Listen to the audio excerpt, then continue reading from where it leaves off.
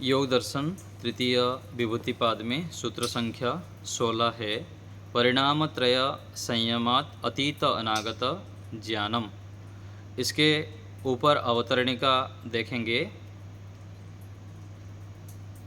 सूत्र संख्या 15 के बाद जो दिया है अंतिम में 16 नंबर सूत्र के ऊपर, इसके आगे योग के सब अंगों का अनुष्ठान कर चुके योगी के जिज्ञासित पदार्थों के परिज्ञान के लिए संयम का विषय उपस्थित किया जाता है।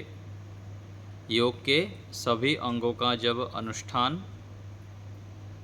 कर लेने पर योगी को जो ज्ञान होता है, अर्थात उसको किस प्रकार से संयम किया जाता है और उससे क्या क्या ज्ञान होता है, उसको बताना चाह रहे हैं। तो शब्दार्थ देखिए। परिणामत्रय संयमात, पदार्थ के तीनों परिणामों में संयम करने से। तीनों परिणाम पीछे बता दिए।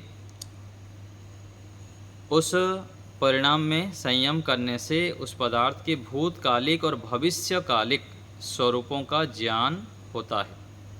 सूत्रार्थ है, परिणाम वाले पदार्थों के तीनों परिणामों में संयम करने से उन पदार्थों के भूतकालिक और भविष्यकालिक स्वरूपों का ज्ञान होता है। भूतकालिक और भविष्यकालिक पदार्थों का ज्ञान होता है। योगार्थ प्रकाश में आइए हिंदी भाग में। इस सूत्र में तीनों परिणामों में संयम करने का फल बतलाया है। धर्म, लक्षण, अवस्था, परिणाम जो पीछे सूत्र में हम पढ़े थे, तो इन तीनों जो परिणाम में संयम करने से क्या लाभ होता है। योग के अंगों का अनुष्ठान तो चलता ही रहता है, आगे इनसे क्या विशेष लाभ होता है। तो धर्म, लक्षण, अवस्था, इन तीन परिणामों में संयम करने से अतीत, भूत और अनागत भविष्यत काल का ज्ञान होता है। योगी जिस विषय में संयम करता है उस विषय में सीमित ज्ञान हो जाता है।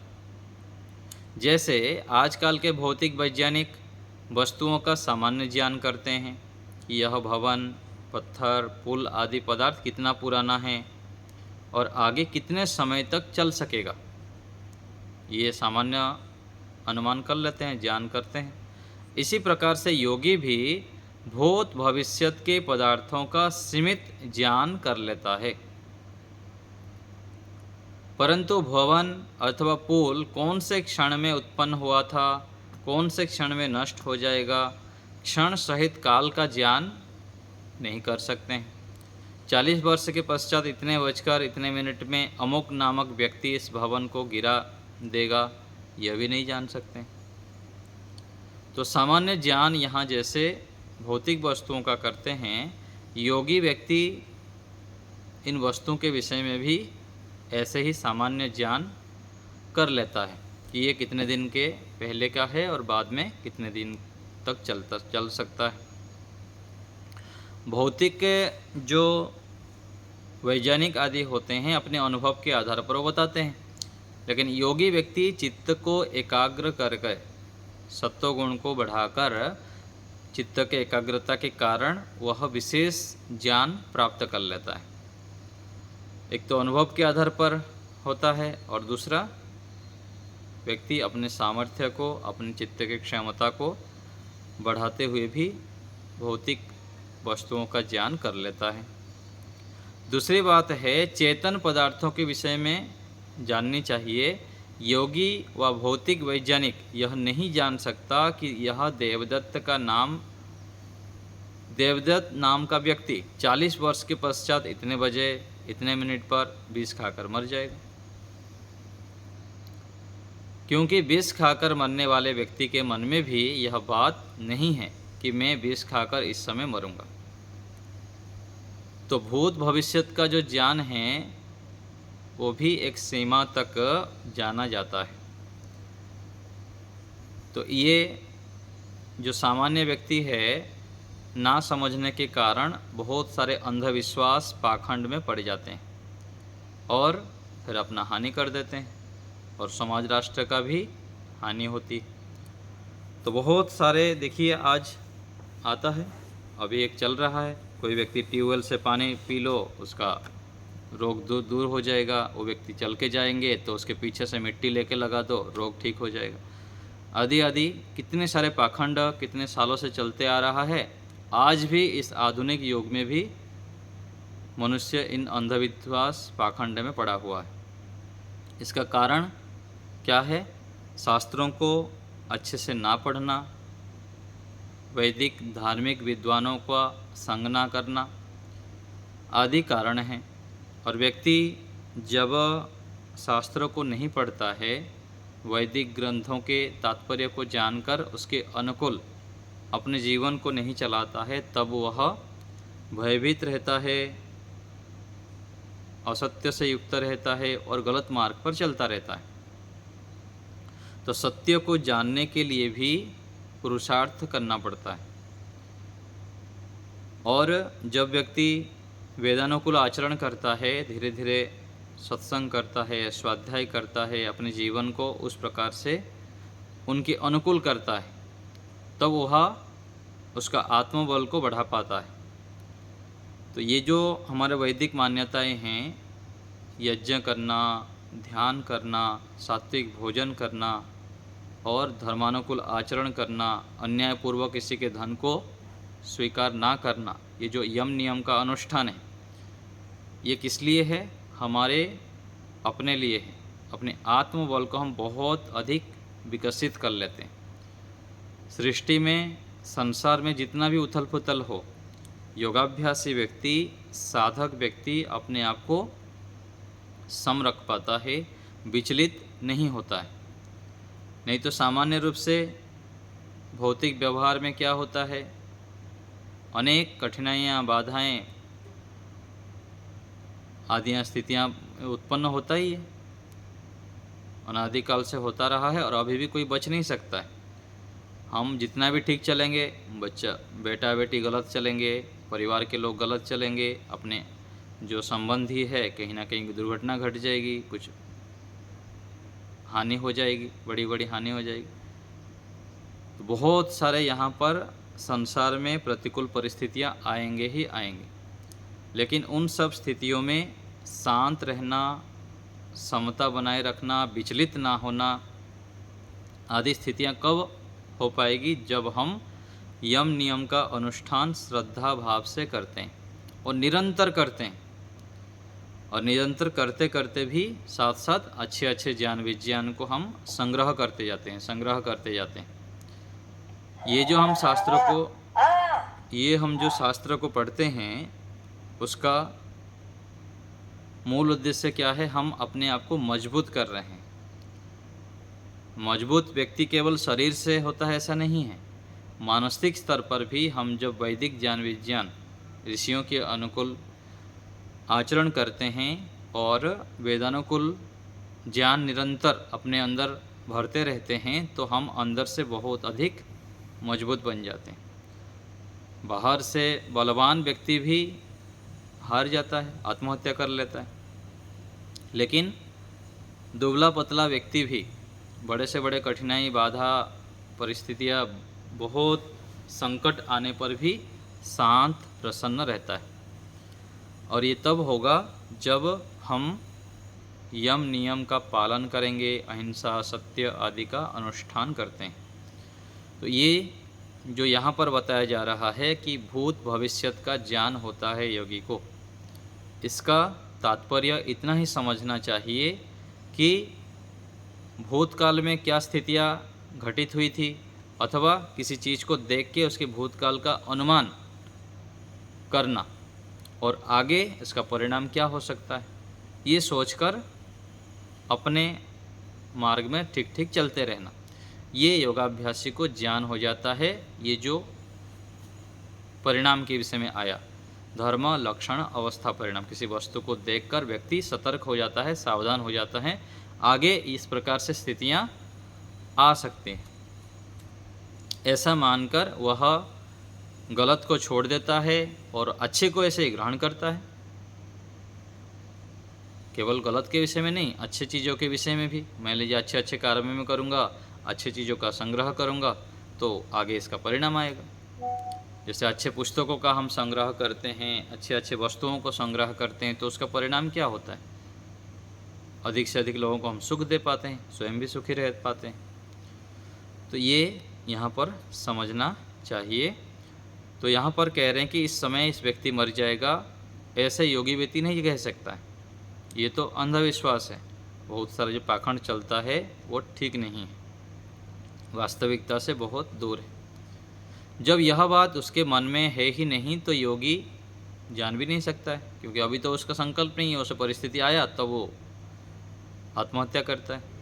40 वर्ष से लेकर आज तक किसी व्यक्ति ने मन वचन शरीर से कितने अच्छे और कितने बुरे कर्म कब किया, कहाँ पर किए, यह योगी नहीं जान सकता है। इसी प्रकार से किसी व्यक्ति के भविष्य में होने वाले कर्मों के विषय में भी नहीं जान सकता, केवल अनुमान लगा सकते हैं। जैसे यहाँ पर आशीर्वाद देते हैं ना किसी को, जो बड़े होते हैं। आशीर्वाद अर्थात क्या है? आशी अर्थात इच्छा, वाद अर्थात कहना, इच्छा को कहना। तो किसी के श्रेष्ठ आचरण को देख के जो माता पिता होते हैं, गुरुजन होते हैं, बड़े होते हैं, वो आशीर्वाद देते हैं, उनके लिए अच्छा सोचते हैं कि जीते रहो, है ना, आपकी आयु लंबी हो, आप स्वस्थ रहें, समृद्ध रहे, ऐसे ऐसे जो आशीर्वाद देते हैं उनके आचरण के कारण। यदि वो उस प्रकार से निरंतर आचरण करता रहता है तो उसका जीवन श्रेष्ठ हो जाता है। ऐसे ही अभिशाप देते हैं, तो उसके दुष्ट आचरण का अभिशाप देते हैं और उसके कर्मों के कारण वो फिर पतन की ओर जाता है। तो ये तो सामान्य व्यवहार के आधार पर यहाँ बोला जाता है, लेकिन जैसे बोलेंगे वैसे ही हो जाएगा, यह नहीं होता है। तो कभी कभी किसी व्यक्ति के कर्मों के विषय में किसी कर्म का सामान्य ज्ञान हो सकता है कुछ दिनों के आचरण को देखकर। सांसारिक व्यक्ति की अपेक्षा योगी को कुछ अधिक ज्ञान होता है। ये थोड़ा सा अंतर है। तो इस प्रकार से भूतकाल के और भविष्य काल के ज्ञान के विषय में जानना चाहिए, और कोई यदि हमारे सामने दावा करता है तो वहाँ पर भी बुद्धिमत्तापूर्वक विश्वास करना चाहिए, नहीं तो उसके जाल में फंसकर फिर हम अपना हानि करना बैठे। तो ऐसे ही हमको यहाँ समझना चाहिए भूत भविष्य के ज्ञान के विषय में। तो तीनों परिणाम में संयम करने से अतीत और अनागत का ज्ञान हो जाता है, इस सूत्र में यह कहा गया। आगे सूत्र 17 है, शब्दार्थ प्रत्ययानाम इतर इतर अध्यासात संकरस तत्प्रविभाग संयमात सर्वभूत ऋत ज्ञानम। शब्दार्थ है शब्द, अर्थ और ज्ञान के परस्पर के अध्यास से उसका सम्मिश्रण होता है। शब्द, अर्थ और ज्ञान के प्रविभाग में संयम करने से सब प्राणियों के शब्दों का ज्ञान होता है। सूत्रार्थ, शब्द, अर्थ और ज्ञानों के परस्पर अध्यास से अर्थात एक के धर्मों को दूसरे में देखने से उन शब्द और अर्थ और ज्ञानों का परस्पर सम्मिश्रण हो जाता है। उन शब्द, अर्थ और ज्ञानों के भिन्न भिन्न स्वरूपों में संयम करने से सब प्राणियों के शब्दों का ज्ञान होता है। योगार्थ प्रकाश देखिए क्या कहना चाह रहे हैं सूत्र में।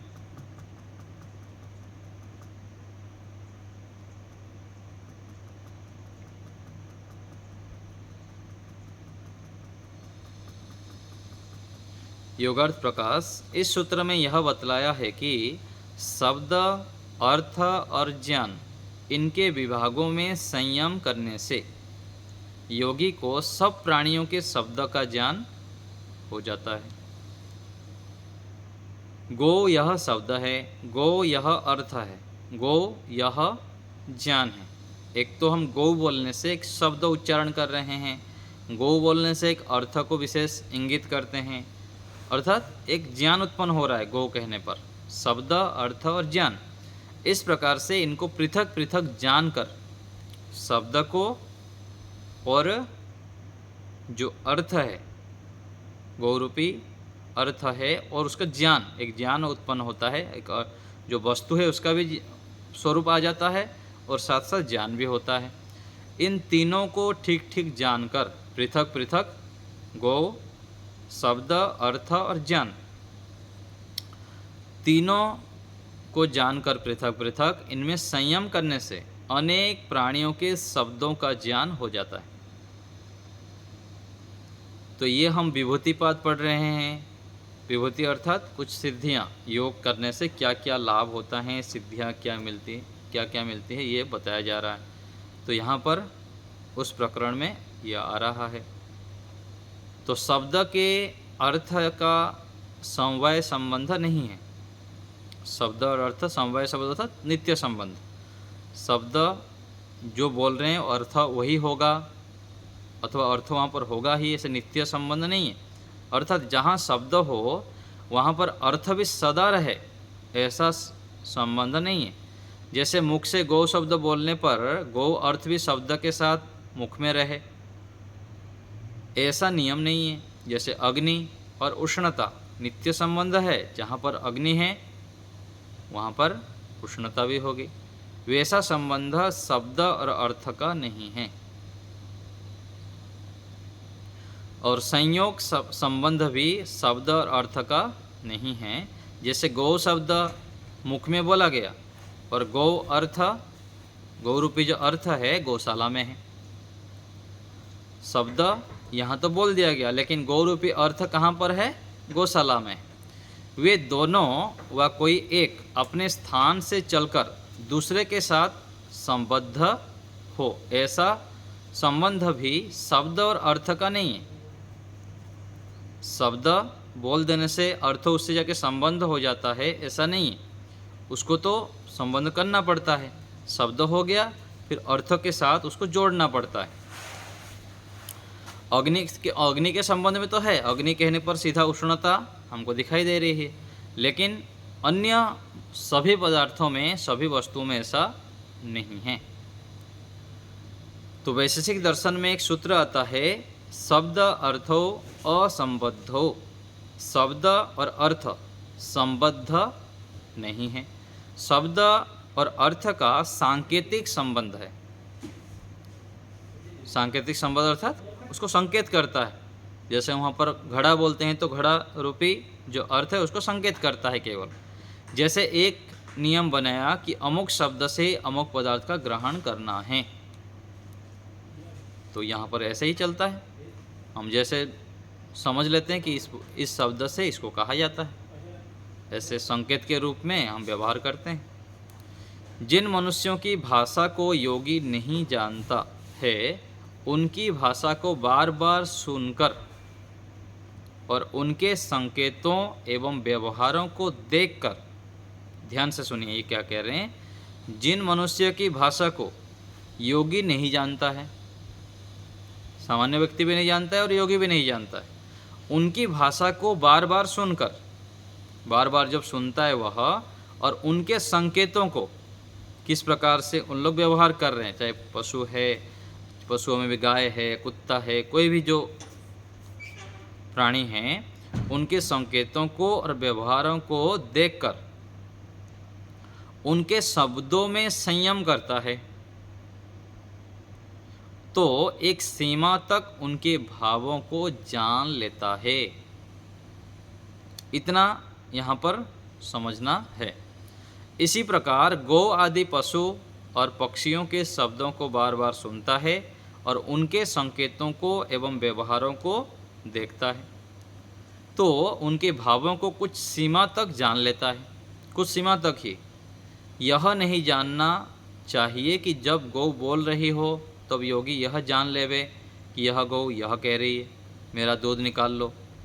ऐसा तो सीधा सीधा नहीं जान पाएगा, क्योंकि वह गौ स्वयं भी यह नहीं जानती कि दूध निकालने का संकेत इस प्रकार से संकेत के द्वारा किया जाता है।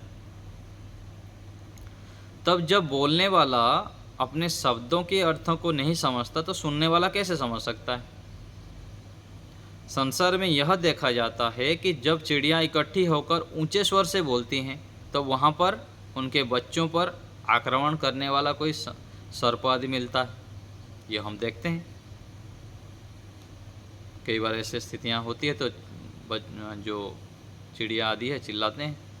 उनका बार बार यह व्यवहार देखकर व्यक्ति उनके शब्द का भाव जान जाता है कि उनके अंदर ऊपर कोई खतरा है, तो उनके ऊपर कोई आक्रमण हो गया है। इस प्रकार से योगी उनके शब्दों के भाव को कुछ सीमा तक समझ लेता है। तो योगी का यह ज्ञान सामान्य व्यक्ति के ज्ञान की अपेक्षा अधिक व्यापक और सूक्ष्म होता है। सामान्य व्यक्ति तो नशे में जीता है, अपने अपने काम में लगे रहते हैं अथवा उतना सूक्ष्मता से ध्यान नहीं दे पाता है, और देने पर भी उसको ज्ञान नहीं हो पाता है चंचलता के कारण, व्युत्थान अवस्था के कारण। लेकिन योगी व्यक्ति एकाग्र रहने से, बुद्धि उसका स्थिर शांत आदि होने से वह इन व्यवहारों को सूक्ष्मता से निरीक्षण करने में सक्षम होता है और उसको जान लेता है। तो यही इस सूत्र में कह रहे हैं कि सर्वभूत ऋत ज्ञान, अर्थात सूत्र में सर्वभूत ऋत ज्ञान जो कहा है, यहाँ पर सर्व शब्द का अर्थ है जिन जिन प्राणियों के शब्दों में योगी संयम करता है, जिन जिन प्राणियों को इन ऐसे छोटे छोटे व्यवहारों को देखता है और उसके ऊपर निरीक्षण करता है, तब उन प्राणियों के शब्दों का भाव समझता है। अन्य प्राणियों के शब्दों का नहीं जान सकता है, पूरा सभी प्राणियों के जान ले, ऐसा नहीं होता है। तो योगाभ्यास से यह करना संभव हो जाता है। मान लीजिए आसपास में कुत्ता है, उनके व्यवहारों को देख के, उनके क्रियाओं को देख के व्यक्ति योगी व्यक्ति जो है जान लेता है।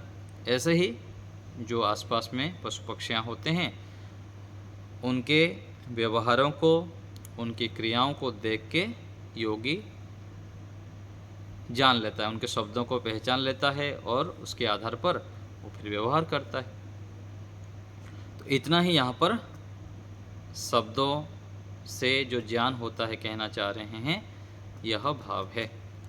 तो योगाभ्यास करने से प्रत्येक क्षेत्र में सामान्य व्यक्ति की तुलना में अधिक हम सतर्क, सावधान, जागरूक हो जाते हैं और अपने लक्ष्य की ओर बढ़ने में बहुत अधिक समर्थ हो जाते हैं। सामान्य व्यक्ति तो जो योगाभ्यास नहीं करता है, यम नियम का पालन नहीं करता है, संयमित जीवन नहीं जीता है, वो तो देखते हुए भी देखता नहीं है, सुनते हुए भी सुनता नहीं है, खाते हुए भी खाता ही नहीं, जो चाहे वह खा लेता है, कब खाता है उसका टाइमिंग भी नहीं। लोग रात्रि 12-12 बजे तो खाते रहते हैं और ना खाने का समय है, ना पीने का समय है, ना सोने का समय है, पूरा नशे में जीते रहते हैं। लेकिन योगाभ्यासी जो योग के मार्ग पर चलते हैं वो सतर्क, सावधान हो जाता है और बहुत ध्यान रखता है, क्योंकि उसको पता है यह जीवन अंतिम नहीं है, इसके आगे भी हमको जन्म लेना है। यदि यहाँ पर ईश्वर के द्वारा दिया हुआ हमको साधन है, शरीर, मन, बुद्धि आदि, इसका सदुपयोग नहीं किया तो परमात्मा अंतिम में भयंकर दंड देंगे। हाथ छीन लेंगे, आँख छीन लेंगे, पैर छीन लेंगे। जिस जिस अंगों से हम गलत काम करेंगे, इन अंगों को दुरुपयोग करेंगे, मन से भी गलत सोचेंगे तो फिर मन में दंड देंगे, व्यक्ति बैठ के दुखी होता रहेगा। आज यही स्थिति तो है, शरीर स्वस्थ होते हुए भी व्यक्ति दुखी, हताश, निराश, परेशान क्यों हो रहा है? क्योंकि वो मन से अच्छे अच्छे संकल्प नहीं लेता है, अच्छे कार्य करता नहीं है, ईश्वर का चिंतन नहीं करता है। तो हम इस प्रकार से जागरूक होते हुए परमात्मा के दिए हुए साधनों का सदुपयोग करें और उस साधनों की जो सामर्थ्य है योगाभ्यास के माध्यम से बढ़ाते रहें। तो इससे जो योग दर्शन में कहा जा रहा है, योग दर्शन का जो मूल उद्देश्य है कि व्यक्ति समाधि को प्राप्त करे, अपने क्लेशों को दग्धबीज करे, अपने चित्त को एकाग्र करें। और चित्त को एकाग्र करना, शांत करना ही मुख्य उद्देश्य है और उसके माध्यम से आगे हम ईश्वर के स्वरूप को जानें। तो ऐसे हम जानते हुए योगाभ्यास करें, आगे बढ़ते जाएं। अभी आप लोग को कुछ पूछना हो तो बताइए।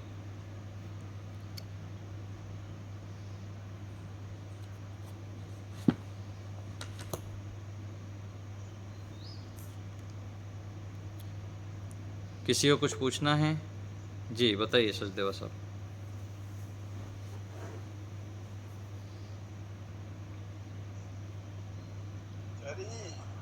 नमस्ते। नमस्ते जी। शब्दों में संयम, जी इसका अर्थ क्या है कि शब्द का अर्थ और ज्ञान, ये शब्द अर्थ और ज्ञान मिलाकर संयम होता है, या संयम तो उसको भी कहते हैं ना जो धारणा, ध्यान, समाधि, इसको संयम कहते हैं। नहीं, वहाँ पर संयम अर्थात क्या है? मतलब फोकस करना, मतलब एकाग्रता पूर्वक उसको ध्यान देना, ये संयम का अर्थ है यहाँ पर। शब्दों में संयम, हाँ, शब्दों में संयम करना अर्थात क्या है? आगे उसका अर्थ और ज्ञान भी आ जाएगा साथ साथ। जब शब्द में अर्थ और ज्ञान होगा तब संयम होगा। हाँ, जैसे मान लीजिए कि कोई वक्ता के ऊपर भी ले लीजिए, किसी हम सत्संग सुनते हैं, कोई व्याख्यान सुनते हैं, तो वो भी व्यक्ति जो संयमित होकर एकाग्र होकर सुनता है तो उसके तात्पर्य को ठीक ठीक जान पाता है, क्या कहना चाह रहा है, क्या कहना चाह रहे हैं मुझको, मेरे लिए क्या काम का है। वो संयमित रहने वाले व्यक्ति ही, एकाग्र व्यक्ति ही जान पाता है। और दूसरा, यहाँ जो कहना चाह रहे हैं कि भौतिक जो यहाँ व्यवहार हम करते हैं अलग अलग संसार में, वहाँ पर किसी व्यक्ति के ऊपर भी हम उसको घटा सकते हैं, पशु पक्षियों के ऊपर भी घटा सकते हैं। तो उनके जो आवाज़ से, उनके शब्दों से उनकी भाव को जान लेते हैं, वो क्या कहना चाह रहे हैं, उनका किस किस प्रकार से उन लोग क्रियाएं करते हैं, इन बातों को भी योगी जान लेता है। एक तो यहाँ पर जो हम सत्संग सुनते हैं, लोगों से व्यवहार करते हैं, उनके तात्पर्य को भी जान लेते हैं। वो जो बोलना चाह रहा है शब्दों से, उसका तात्पर्य क्या है, किस प्रयोजन से ये शब्दों का प्रयोग कर रहा है, वो भी जान लेता है। और दूसरा, जो पशु पक्षी आदि हैं, उनके शब्दों के आधार पर, उनके क्रियाओं के आधार पर भी वो उनके भाव को जान लेता है, ये कहना चाह रहे हैं। सर, ये अगर शब्द जो है उस लैंग्वेज में हो जो हम नहीं जानते, जैसे तमिल में हो या उड़िया में हो, हम जानते नहीं, वो शब्द तो आ गया, उसका अर्थ हमें नहीं पता, ठीक है, और ना ही उसका ज्ञान होगा। जी, जान सकते हैं। देखिए, जो संस्कृत पढ़ते हैं ना, जो व्याकरण आदि पढ़े हुए हैं, वो देश भर में कहीं भी जाए, जो मैं अनुभव किया हूँ, जैसे तेलुगु में गए, हैदराबाद में रहा कुछ दिन, तो उनके कुछ कुछ क्रियाओं को देख के ना, किस जगह पर कौन सा भाषा वो प्रयोग कर रहे हैं, उसको देख के भी वो फिर उसको जान लेता है। जैसे कुछ कुछ व्यक्ति होते हैं, हमारे संग साथी भी ऐसे ही हैं, उनको दूसरे भाषा का ज्ञान नहीं है, लेकिन थोड़े दिनों में उनके बीच में रह के वो उनकी भाषा बोलने लग जाते हैं।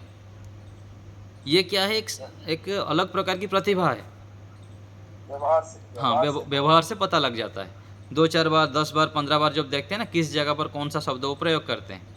जैसे मान लीजिए कि ओडिया भाषा में क्या होता है, जैसे हम यहाँ पर संस्कृत में क्या बोलते हैं, खादतु, पीवतु, गच्छतु, है ना, तो खाने के लिए खाओ आदेश करते हैं, पियो, जाओ। तो वहाँ पर ओडिया में बोलेंगे खानतु, जानतु, पियंतु। तो संस्कृत क्या हुआ, खादतु, वहाँ पर क्या हुआ, खाओ। वहाँ पर जो ओडिया में बोल देंगे खानतु, खादतु और खानतु हो गया। ऐसे ही यहाँ पर बंगाली में जाएंगे तो उसी से रिलेटेड ही होगा पूरा जुड़े हुए। और ऐसे ही गुजराती में आएंगे आप तो ऐसे ही लगभग पूरा मिला जुला होता है। तो उनके व्यवहार में जाना पड़ेगा। हाँ, व्यवहार को जानने से जो एकाग्रशील व्यक्ति हैं, जो थोड़ा जागरूक व्यक्ति हैं, योगाभ्यासी व्यक्ति है, शास्त्रों को जानता है और वो सूक्ष्मता से को समझ लेता है। ये तो केवल हमारे मनुष्य के ऊपर हो गया, पशुओं में भी ऐसे ही पता लग जाएगा।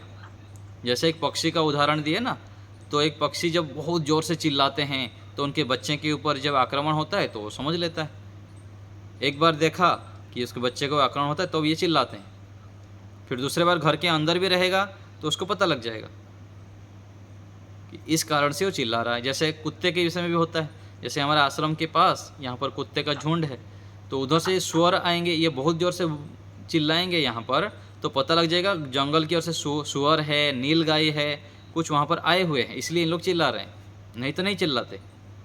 फिर टार्च मार के जब उधर देखेंगे तो हाँ उधर सुअर है। तो इसी प्रकार से अलग अलग गायों में भी ऐसे ही मिल जाएगा, कुत्ते अन्य प्राणियों में भी मिल जाता है। तो ऐसे योगाभ्यासी जो एक एक चीज़ों के ऊपर निरीक्षण करता है, ध्यान देता है, तो उन शब्दों के आधार पर उसको जानकारी हो जाती है कि इस कारण से इस शब्द से ये हो रहा है। ऐसे यहाँ जो स्फोट पदार्थ वगैरह जो बताया है इसमें, जी तो उसका क्या मतलब है, वो समझते हैं क्या चीज़ है? फिर से बताइए। स्फोट पदार्थ काल्पनिक हैं। क्या पदार्थ बता रहे हैं आप? स्फोट पदार्थ, वस्तुतः स्फोट पदार्थ काल्पनिक एवं तस्याग्रह मानत्वात्। कौन से पंक्तियाँ बताइए, सूत्र संख्या? यही सूत्र है, और पृष्ठ संख्या 247 से शुरू होता है ना ये। हाँ 247 में। हाँ इसमें विशेष में मैं पढ़ रहा था आगे। अच्छा ऊपर दे रहे थे आप, ऊपर। हाँ विशेष में तो हाँ इसी में आया हुआ है आगे। हाँ क्या आया है? 248 में सबसे ऊपर लाइन है। हाँ इसमें वस्तुतः स्फोट पदार्थ काल्पनिक एवं तस्य गृह्यमाणत्वात्। वास्तव में स्फोट पदार्थ काल्पनिक ही है क्योंकि वह गृहीत नहीं होता है। शब्दार्थ का संबंध सामयिक है, नित्य नहीं है। अतः तात्विक दृष्टि से स्फोट की सिद्धि नहीं होती। तो यहाँ पर कुछ भाष्य में आया होगा स्फोट पदार्थ के विषय में, देखना पड़ेगा इसमें स्फोट पदार्थ के लिए क्या कहना चाह रहे हैं यहाँ पर। ये भाष्य में कुछ दिया होगा, रुकिए, कुछ स्फोट पदार्थ होगा उसके विषय में यहाँ पर कहना चाह रहे हैं।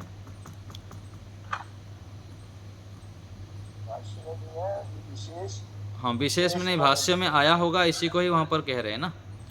भाष्य में कुछ स्फोट पदार्थ आया होगा, इसी को ही विशेष में खोल के बता रहे हैं, उसका ही संकेत कर रहे होंगे। देखने से पता लगेगा वहाँ पर किस जगह पर आया है, कुछ स्फोट पदार्थ होता होगा, उसको देख लेंगे। ठीक है, और कोई बात? डॉक्टर साहब बताइए। नमस्ते गुरु जी। नमस्ते जी। ये दो शब्दों का अर्थ बताइए, बार बार यूज होता है, आशीर्वाद और अभिशाप। आशीर्वाद तो हम इच्छा का कथन करते हैं ना, आशी अर्थात इच्छा को कहना। इच्छा, हाँ जो बड़े होते हैं ना, इच्छा को कहना, आशी ही का अर्थ है इच्छा, और वाद अर्थात कहना, इच्छा को कहना। जो बड़े होते हैं, आशीर्वाद मतलब इच्छा। हाँ आशी ही हो जाता है, वहाँ रेप को, जो रेप है ना उसका विसर्ग हो जाता है और आगे वाद हो जाता है, तो इच्छा को कहना। और अभिशाप अर्थात उसको अभिशाप करना, मतलब आपका उन्नति ना हो गलत काम के कारण। एक तो होता है कि उसकी प्रगति हो, उसको हम बोलते हैं, और दूसरा है कि आप ऐसे ऐसे आचरण करते हैं इसलिए आपका पतन हो। जी, तो अभिशाप का अलग अलग शब्द का अर्थ तो पता नहीं क्या होगा, लेकिन आशीर्वाद के विषय में इस प्रकार से मैं सुना हूँ। अभिशाप का तो मान लीजिए कि उसको, लेकिन अभिशाप का अभिशाप का पूरा देखना पड़ेगा डिक्शनरी में क्या होगा। ठीक है, अभिशाप मतलब उसका पतन हो आपके गलत आचरण के कारण। हो गया, उसका मीनिंग हो गया, लेकिन उसका शब्द का अर्थ क्या बनता है, अर्थ मुझको जानकारी नहीं है और डिक्शनरी देखना पड़ेगा। जी ठीक है, धन्यवाद। सुदेशना माता जी। आचार्य जी नमस्ते। नमस्ते जी, इस सूत्र 16 में जो परिणाम त्रय संयम दिया हुआ है, अगर हम भी जैसे परिवार में किसी के कारण किसी का कुछ हानि हो गया, जी और इसको अगर हम ध्यान पूर्वक देखेंगे कि किस कारण से इसका ऐसे हुआ, तो हम भी सतर्क हो पाएंगे। जी जी जरूर हो और जाएंगे। कुछ। ये व्यवहार में ऐसे ही होगा।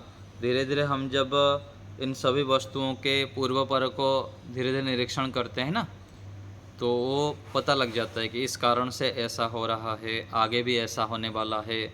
तो ये योगाभ्यास के द्वारा चित्त की एकाग्रता के माध्यम से धीरे धीरे सभी वस्तुओं के विषय में ऐसे ज्ञान हो जाता है। चाहे व्यवहार में कहीं भी हम हैं, वहाँ पर पता लग जाता है, और उसके आधार पर हम अच्छाई को ग्रहण करते हैं और बुराई को छोड़ देते हैं। और तो आचार्य जी, बहुत सारा नीति वाणी जो हम लोग को बहुत सहायता करता है जीवन में। जी और यहाँ जो गौ सूत्र 17 में गौ यह शब्द है और गौ यह अर्थ है। यहाँ पर अर्थ तो हम उस वस्तु को समझेंगे। हाँ जी, गौ शब्द के कई सारे अर्थ होता है ना। उसको सीधा जैसे प्रचलित अर्थ है, गौ अर्थात इंद्रियां भी होते हैं, लेकिन यहाँ पर गौ जो हम बोलते हैं तो गौशाला में जो गाय है उसको हम समझते हैं, ये कहना चाह रहे हैं। और ये जो गौ यह ज्ञान है, तो हमको गौ के बारे में जो ज्ञान होता है इस शब्द उच्चारण करने मात्र से, हाँ जो अंदर जो ज्ञान होता है उसको समझेंगे। हाँ जी हाँ जी, शब्द, अर्थ और ज्ञान, ये तो केवल गौ के विषय में उदाहरण दे दिए। ऐसे ही प्रत्येक वस्तु में शब्द को अलग और अर्थ इसका ये है और ज्ञान ऐसे हैं। ऐसे करके एक सूक्ष्म रूप में हमारे अंदर चलता है किसी भी वस्तुओं के विषय में। तो उनको हम जब पृथक पृथक रूप से जानते हैं अथवा सूक्ष्मता से समझने का प्रयास करते हैं, तो और भी हमको लाभ होता है। सामान्य रूप से सुन लिए, अर्थ कर दिए, वो अलग है, लेकिन विशेष उसके ऊपर जब डीप में जाते हैं, गहराई से जाते हैं, तो उसमें हमको विशेष लाभ होता है और उसका विशेष ज्ञान भी हमें हो पाता है। जैसे कि केवल गाय के विषय में गौ बोल दिए, अर्थ आ गया गाय, लेकिन उसका जो ज्ञान है गाय से क्या क्या लाभ होता है, हम उससे क्या लाभ ले सकते हैं, उसके ऊपर विशेष विचार करेंगे, उसका प्रयोग करेंगे तो लाभ होगा। जैसे गाय है, गाय से केवल पालन करते दूध मिल जाता है, घी मिल जाएगा, छाछ आदि मिल जाएगा, इतना ही लाभ नहीं है। गोबर से भी लाभ होता है, गौमूत्र से भी लाभ होता है। गाय के गोबर को खेत में प्रयोग करते हैं तो हम जहरीले जो वस्तुएं आज खा रहे हैं उससे भी लाभान्वित हो सकते हैं। शुद्ध हमको सात्विक चीज़ें मिल सकता है और हम स्वस्थ रह सकते हैं। ये कितना सारा ज्ञान है उसका प्रोसेस। तो ऐसे डीपली जितने अलग अलग विषयों के विषय, वस्तुओं के विषय में जाएंगे, उससे हमको लाभ मिलेगा। तो आचार्य जी, ये सब जो पढ़ने का अभिप्राय ये है कि हम ईश्वर को समझ पाएंगे। हाँ, भौतिक वस्तुओं को जितना जितना हम जानेंगे उसके तात्पर्य को समझ सकते हैं। एक तो केवल खाना पीना मौज मस्ती करना और ऐसे ही जीवन जी रहे हैं, और दूसरा है जितने हम सूक्ष्मता से उसके ऊपर विचार करते हैं, घर किस लिए बनाया गया है, ये घर मेरे लिए क्या काम का है, ये वस्त्र किसके लिए है, ये जो भी साधन है किसके लिए है, और इनसे मैं क्या प्रयोग करने के लिए मिला हुआ है, इससे मैं किससे कैसे इसको प्रयोग करूं जिससे कि मेरा लक्ष्य की ओर मैं पहुंच सकता हूं। तो ऐसे ऐसे बातें फिर धीरे धीरे व्यक्ति आगे बढ़ता रहता है, सामान्य रूप से जीता रहता है। और दूसरा, मेरा प्रयोजन क्या है, इनसे मैं क्या सिद्ध करूं, ये सब जानकारी के लिए ऋषि लोग हमको जागरूक कराते हैं, सावधान कराते हैं कि केवल ऐसे ही मत जियो, सूक्ष्म रूप में विचारो सब चीज़ों को। जैसे धर्म, लक्षण, अवस्था, परिणाम के विषय में आया, कोई वस्तु है ऐसे ही यहाँ रखा हुआ है पुस्तक, लेकिन उसके विषय में हम तीनों को समझेंगे कि ये पुस्तक भी एक दिन पुराना हो जाएगा, इसके अंदर भी अभी परिवर्तन हो रहा है। ऐसे ही शरीर के अंदर भी आएंगे हम, प्रत्येक वस्तु के अंदर सूक्ष्मता से जाएंगे। तो ऐसे करते करते भौतिक वस्तुओं में जब हमको दुख दिखाई देगा, ये केवल साधन दिखाई देगा, तो फिर उसके आगे हम साध्य को प्राप्त करना चाहेंगे, उसकी ओर बढ़ेंगे। जी आचार्य जी, ठीक है, धन्यवाद। चलिए अभी थोड़ी देर के लिए हम ध्यान करते हैं। सीधा होके बैठेंगे, नेत्रों को कोमलता से बंद करेंगे,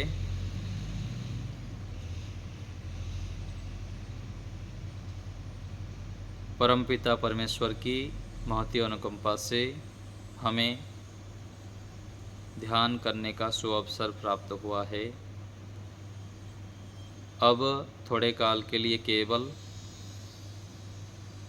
ईश्वर का चिंतन, परमात्मा के सानिध्य को अनुभव करेंगे।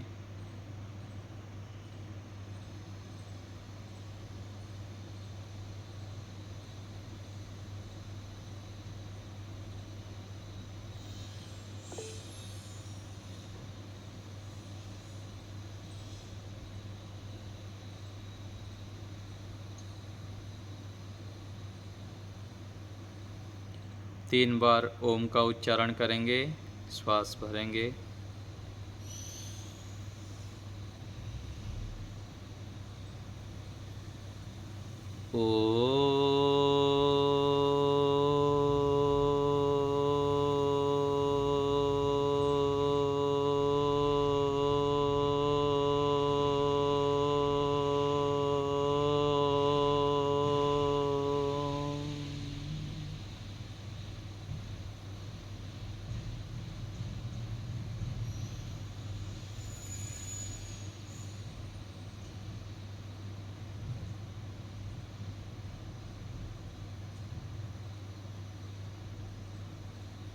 फिर से श्वास भरें।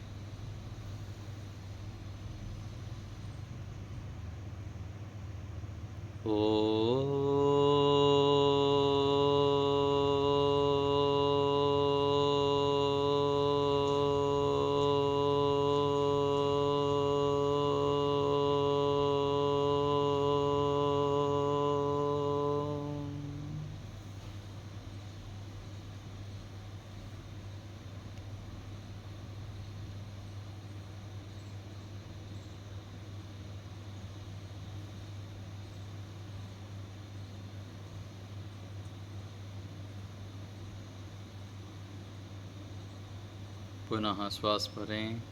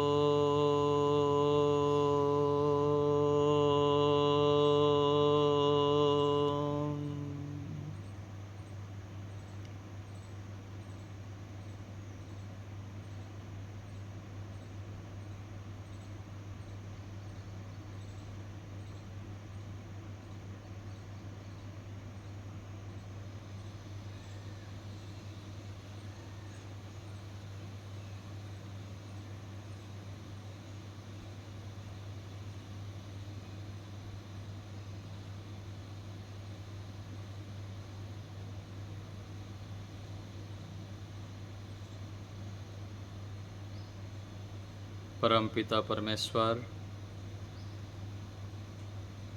सर्वत्र विद्यमान हैं, चेतन हैं, हमें जान रहे हैं।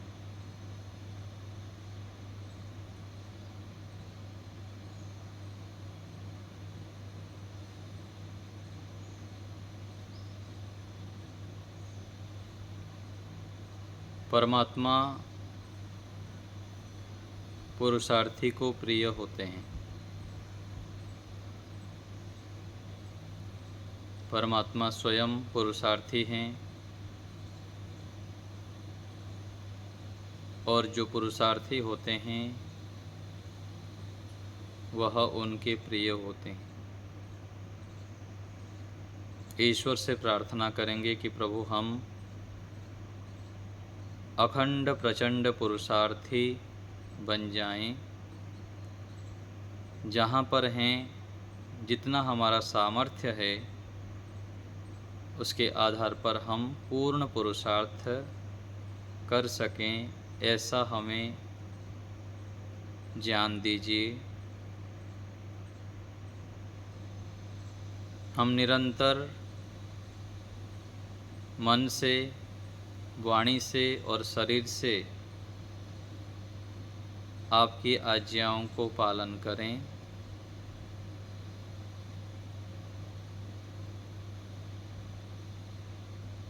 शास्त्रों को जानने में वेदादि जितना भी ग्रंथ हैं उसके माध्यम से आपके स्वरूप को हम जान सकें, उसको पढ़ें, विचारें, मनन करें।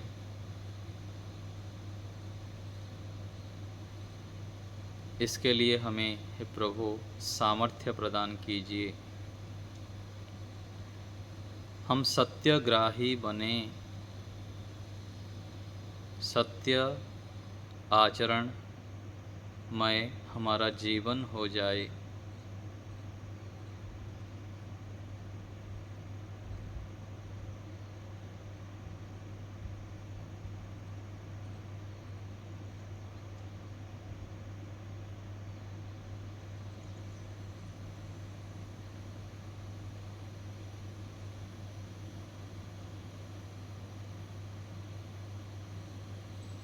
हे परमपिता, आप मेरे हैं, मैं आपका हूँ।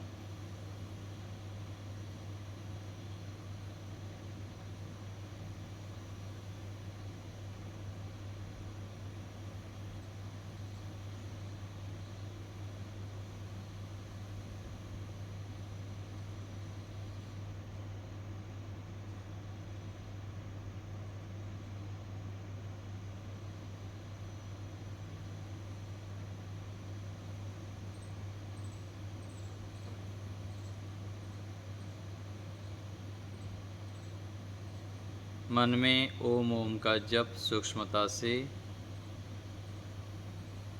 ईश्वर के सानिध्य, परमपिता परमेश्वर की गोद में हम बैठे हैं, ऐसे दृढ़ निश्चय प्रभु आप मेरे हैं।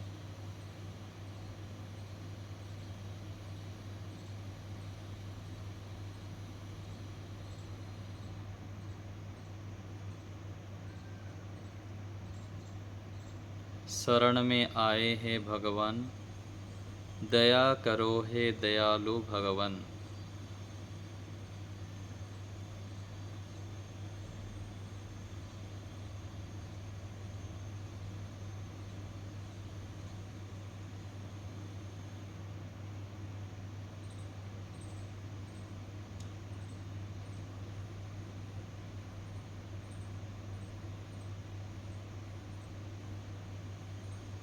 शरीर को बिल्कुल स्थिर रखेंगे, पत्थर बन जाएंगे और केवल ईश्वर और मैं और ईश्वर।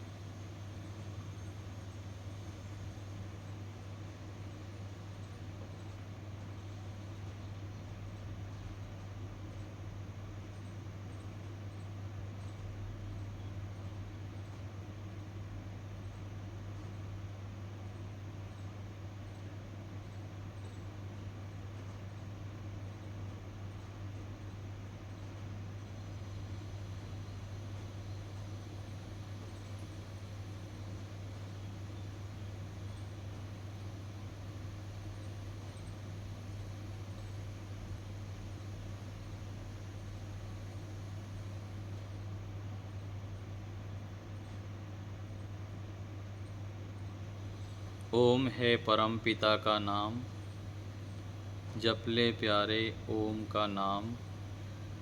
ओम ओम के जप के साथ ईश्वर के सानिध्य को अनुभव करेंगे।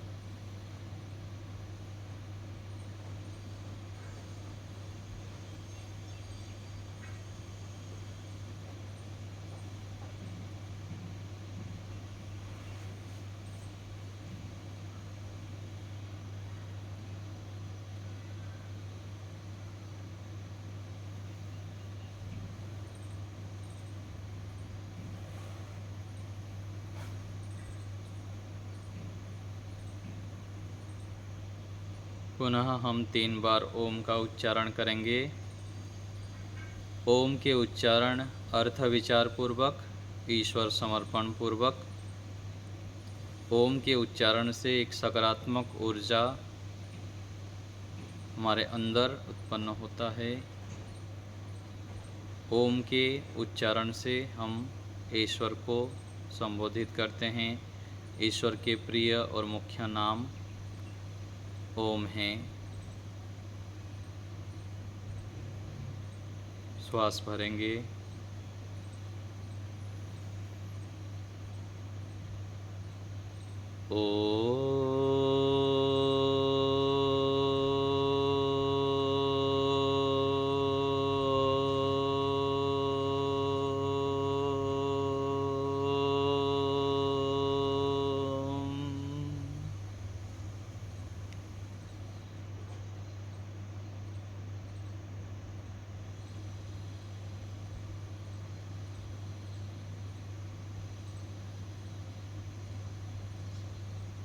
पुनः श्वास भरें।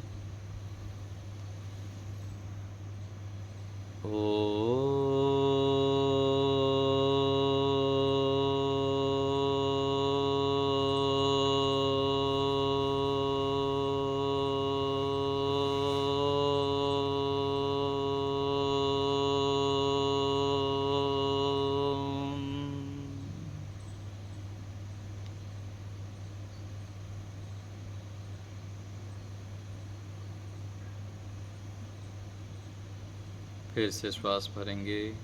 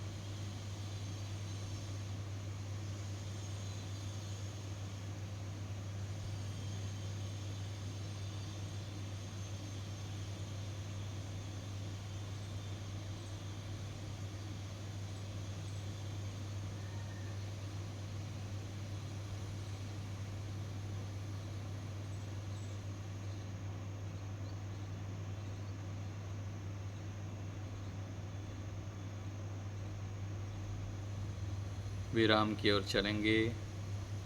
ईश्वर को धन्यवाद करेंगे।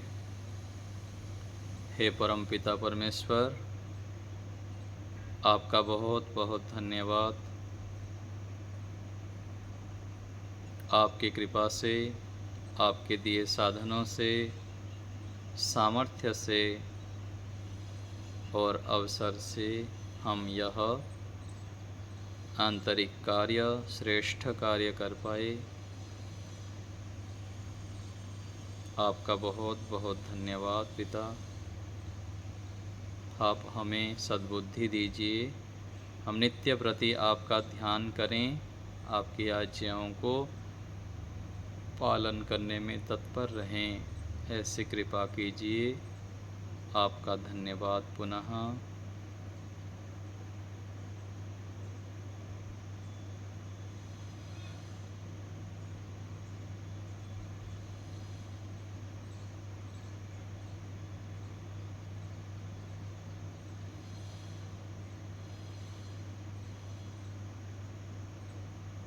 अंतर हृदय से परमात्मा के चरणों में नतमस्तक मन ही मन होते हुए कृतज्ञता ज्ञापन।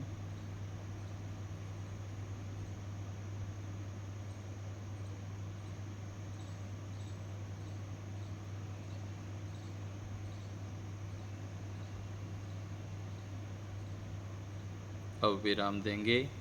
धीरे धीरे हाथों को घर्षण करते हुए मुख में स्पर्श करेंगे। दोनों हाथों के बीच में पलक झपकते हुए धीरे धीरे आँखों को खोलेंगे।